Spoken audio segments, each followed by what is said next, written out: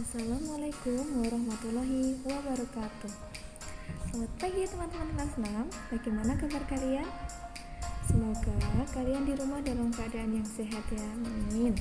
Gimana? Sudah siap untuk memulai pembelajaran hari ini? Siap ya. Nah, sebelum memulai pembelajaran hari ini, yuk mari kita berdoa dulu supaya ilmu yang kalian dapatkan hari ini bisa bermanfaat untuk kalian semua. Berdoa dimulai. Berdoa selesai. Terima kasih anak-anak yang hebat. Apakah kalian sudah sarapan semuanya hari ini? Ya, pastikan dulu kalian sudah sarapan ya, supaya energi yang kalian dapatkan bisa maksimal sehingga bisa mengikuti pembelajaran hari ini dengan maksimal juga. Oke. Nah, hari ini Ibu Eni akan melanjutkan materi untuk bahasa Indonesia dan PPKN.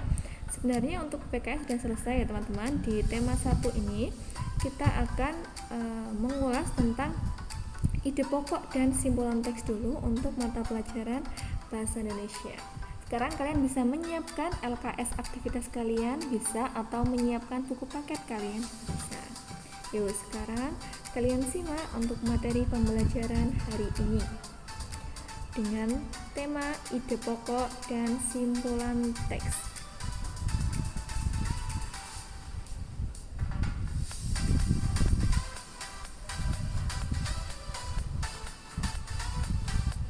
Kemarin kita sudah sempat mengulas apa itu ide pokok ya. Nah, ini Bu Eni jelaskan lagi ide pokok atau nama lainnya juga bisa disebut dengan gagasan utama atau bisa juga disebut dengan gagasan pokok. Nah, apa tuh itu ide pokok? Nah, ide pokok itu adalah ide atau gagasan yang menjadi pokok pengembangan paragraf. Jadi ini adalah sebuah ide yang dijadikan sebagai pokok dalam pengembangan suatu paragraf. Ide pokok ini teman-teman biasanya terdapat pada kalimat utama. Ingat ya, pada kalimat utama, bukan kalimat pertama. Nah, di sini ada fungsi ide pokok. Yang pertama, bisa memberikan penjelasan kepada pembaca. Nah, memberikan penjelasan ini dari inti suatu bacaan atau paragraf, sehingga nanti tujuannya para pembaca, orang-orang yang membaca paragraf atau bacaan itu mudah untuk memahami inti suatu paragraf. Jadi fungsi ide pokok itu adalah untuk memberikan penjelasan kepada pembaca supaya pembaca itu lebih mudah dalam memahami inti dari suatu paragraf. Itu adalah fungsi dari ide pokok.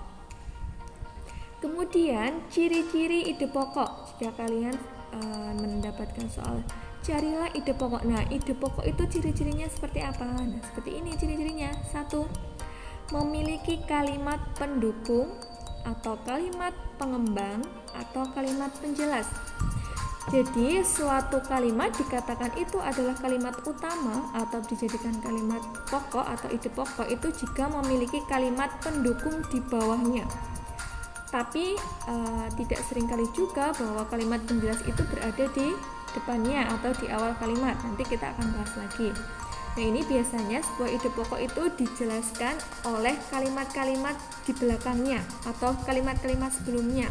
Itu namanya kalimat penjelas atau kalimat pendukung atau kalimat pengembang. Kalian sudah pernah mendapatkan ini ya.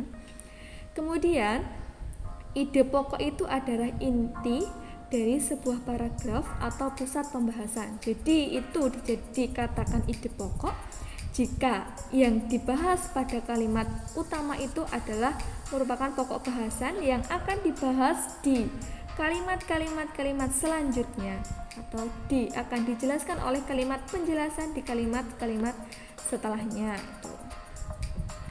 Kemudian bagaimana cara mengetahui ide pokok? Bagaimana cara kita mendapatkan ide pokok? Bagaimana cara kita mengetahui apakah itu ide pokok? Nah, ini yang pertama, membaca dulu. Yang paling jelas adalah membaca dari keseluruhan teks.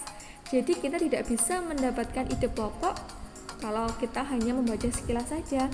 Tentunya kita harus membaca dengan seksama isi dari keseluruhan paragraf tersebut. Kemudian yang kedua, memahami isi bacaan. Setelah kita membaca, kita memahami. Kemudian yang ketiga, menemukan ide pokok. Nah, ide yang dibahas, yang selalu dibicarakan itu namanya ide pokok.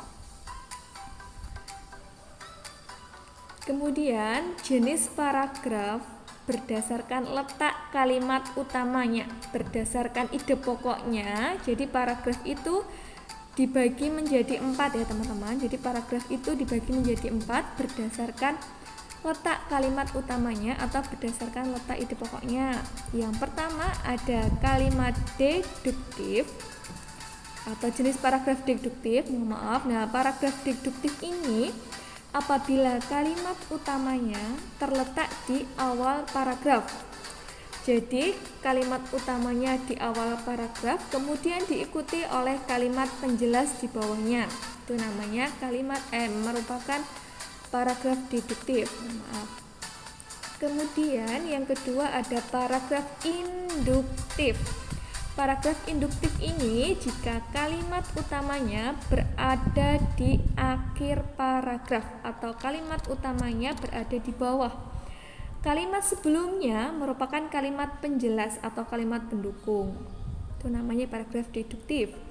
Kemudian yang ketiga ada paragraf campuran. Yang namanya campuran berarti ada deduktif, ada induktif. Nah, berarti kalimat utamanya bisa di awal dan juga ada di akhir. Jadi ada kedua-duanya, itu namanya paragraf campuran. Kemudian yang keempat ada paragraf ineratif. Paragraf ineratif ini jika kalimat utamanya berada di tengah-tengah. Jadi diawali kalimat penjelas, kemudian di tengah ada kalimat utama, kemudian diakhiri kalimat penjelas lagi. Nah, itu berarti kalimat utamanya berada di tengah paragraf. Itu namanya paragraf ineratif. Paham? Jadi jenis paragraf berdasarkan kalimat utamanya atau berdasarkan ide pokoknya ada 4. 1. Paragraf deduktif, 2. Paragraf induktif, 3. Paragraf campuran, yang keempat paragraf ineratif. Tapi yang sering kita jumpai biasanya itu ada paragraf deduktif dan paragraf induktif. Nah, kemudian kita juga harus menyimpulkan, kita juga harus bisa menyimpulkan isi dari suatu paragraf. Nah, ini adalah kalimat kesimpulan. Apa itu kalimat kesimpulan? Nih, kalimat kesimpulan adalah pernyataan yang dibuat dengan bahasa sendiri dan berisi ringkasan isi pokok sebuah paragraf. Jadi kalian bisa membuat kalimat simpulan sendiri. Kalimat ini tidak harus sama dengan dengan tata cara atau tulisan di paragraf, tetapi kalian bisa menulisnya sendiri. Yang penting intinya sama, kata kuncinya intinya sama, kalian bisa menyimpulkan sendiri. Itu namanya kalimat simpulan. Kemudian ada ciri-ciri kesimpulan yang baik, itu yang berisi nih. Yang pertama, pesan yang ingin disampaikan kepada pembaca.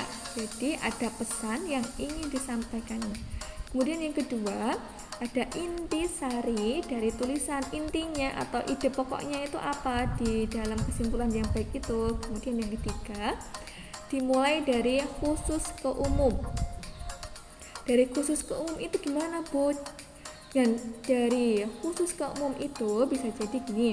Jadi di awal kalimat dijelaskan dulu hal-hal yang khusus, kemudian dijelaskan di kalimat dituliskan kalimat penjelasnya di bawahnya. Itu adalah khusus ke umum. Kemudian yang keempat, menggunakan kosakata baku. Kosakata baku ini berarti kita menggunakan kalimat-kalimat atau kata-kata yang sesuai dengan EYD atau aturan pedoman penulisannya.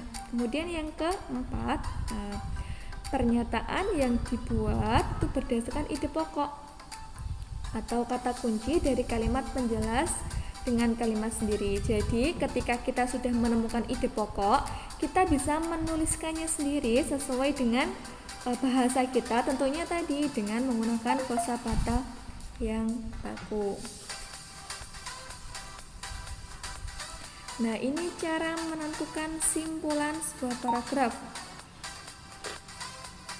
Maaf. Nah, ini cara menentukan simpulan paragraf. Yang pertama, langsung mengambil kalimat simpulan dalam paragraf. Tuh. Kemudian yang kedua ada menggabungkan kalimat utama dan kalimat simpulan yang biasanya berada di akhir paragraf. Ini biasanya ya, tidak mesti selalu berada di akhir paragraf. Kemudian yang ketiga, mencari sebab akibat atau akibat sebab dalam sebuah paragraf. Jadi jika kita mau mencari atau mau menuliskan simpulan, berarti itu kita harus mencari dulu tadi kalimat utamanya. Ketika kita sudah ingat, oh kalimat utamanya tadi ini, berarti kita jelaskan lagi di kalimat setelahnya, ya ini berarti ini yang B ini, menggabungkan antara kalimat utama dan juga dengan kalimat simpulan. Atau kita juga bisa menyimpulkan sendiri dengan bahasa kita. Itu cara menentukan simpulan paragraf ya teman-teman. Nah, kemudian tadi untuk materi bahasa Indonesia kita sudah selesai. Kemarin kita sudah membahas tentang teks laporan hasil pengamatan. Kemudian yang kedua kita sudah membahas tentang ide pokok. Dan yang ketiga kita sudah membahas tentang kalimat simpulan atau menyimpulkan sebuah kalimat. Tentunya nanti kalian sudah bisa ya bagaimana cara menyimpulkan. Nah, nanti Bu ini akan berikan latihan soalnya. Kalian bisa berlatih untuk menyimpulkan suatu paragraf. Kemudian kita mau ngulas lagi teman-teman untuk materi PPKN. Kemarin sebenarnya kita sudah selesai sampai sila kelima Pancasila.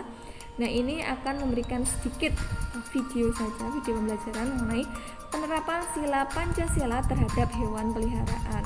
Kenapa kok hewan peliharaan? Nah, hewan peliharaan ini biasanya yang sering kita jumpai di daerah kita. Coba kalian simak dulu.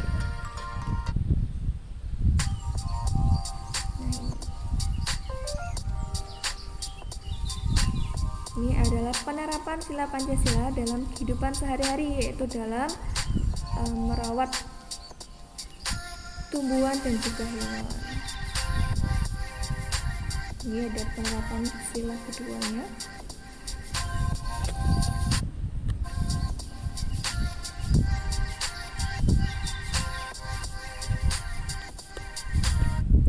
Di sila ketiga ada bangga terhadap keberagaman hewan dan tumbuhan di Indonesia.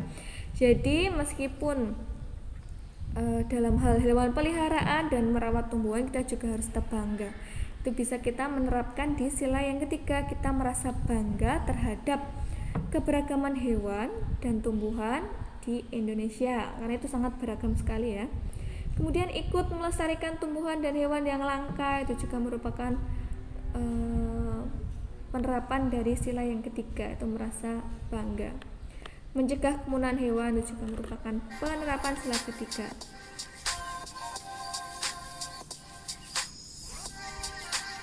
Ini penerapan sila keempat dalam memelihara hewan dan tanaman.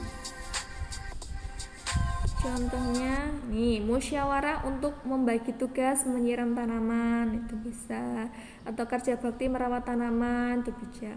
Jadi walaupun dalam hal musyawarah itu juga bisa dilakukan dalam hal kerja bakti atau menghargai pendapat orang lain ketika tentang usulan hewan peliharaan, itu juga termasuk bisa. Jadi intinya di sila keempat itu ada musyawarah atau diskusi mengenai hal apapun itu. Kemudian yang kelima, ada penerapan sila Pancasila yang kelima, yaitu contohnya ini,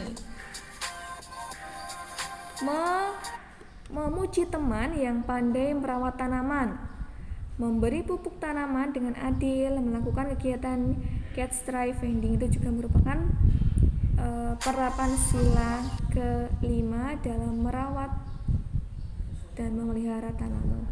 Itu juga merupakan penerapan dari sila kelima. Ini hanya cuplikan saja ya teman-teman, berkaitan dengan penerapan sila Pancasila dalam merawat tumbuhan dan memelihara hewan. Kita hanya mengulas saja. Saya yakin kalian sudah bisa semua. Kalian juga bisa mempelajarinya di buku aktivitas kalian di halaman 3, itu ada materinya. Nanti Bu ini akan menyampaikan latihan soal agar kalian lebih bisa memahami lagi. Nah, untuk materi hari ini PPKN dan Bahasa Indonesia cukup sekian ya teman-teman. Tetap jaga kesehatan di rumah, selalu semangat belajarnya, dan yang terpenting selalu berdoa kepada Allah supaya kita semua terhindar dari wabah virus corona ini, dan semoga virus ini bisa segera berakhir sehingga kita bisa berjumpa di sekolah lagi. Oke, dan jangan lupa untuk mengumpulkan tugas tepat waktu. Oke, ini rasa cukup sekian. Terima kasih teman-teman. Wassalamualaikum warahmatullahi wabarakatuh.